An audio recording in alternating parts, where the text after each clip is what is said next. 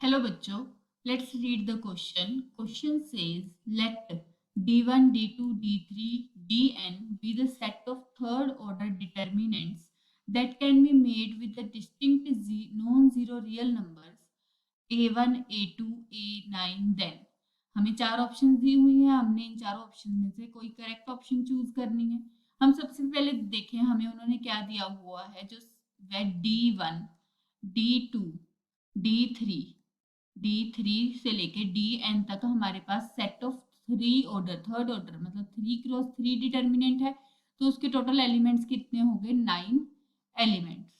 ठीक है, तो हमने इन चारों ऑप्शन में से बताना है कि कौन सी ऑप्शन करेक्ट होगी। अब हम देखें, अगर 9 एलिमेंट्स है तो इन DN मतलब 1 2 3 इन सब की वैल्यू को सम करेंगे, सबमिशन करेंगे।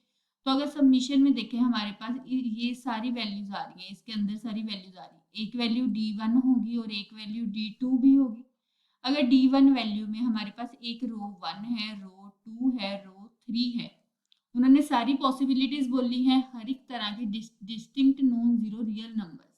ठीक है, तो हमारे पास बहुत सी पॉसिबिलिटीज आएंगी, उसमें से एक डिटर्मिनेंट हमारे पास ऐसा भी आ सकता है R2, R1 और R3, जिसमें सिर्फ R1 और R2 को मैं इंटरचेंज कर दूंगी तो हमारे पास सेम D1 जैसी रो आ जाएगी। मतलब वो क्या, माइनस का साइन आगे आ जाएगा और अंदर क्या आ जाएगी, R1, R2, R3। और अगर सबमिशन में हम सभी वैल्यूज को क्या करते हैं, प्लस मतलब D1 plus D2 plus D3 plus DN तक सभी वैल्यूज प्लस करनी होती हैं। अगर सभी अब हम अगर अलग अलग वेरिएबल्स देंगे तो हमारे पास ये पॉजिटिव आया था, ये नेगेटिव है, तो ये दोनों कैंसिल होके हमारे पास क्या बन जाएंगे, जीरो बन जाएंगे। मतलब D1 प्लस D2 हमारे पास क्या बनेगा, जीरो बन जाएगा।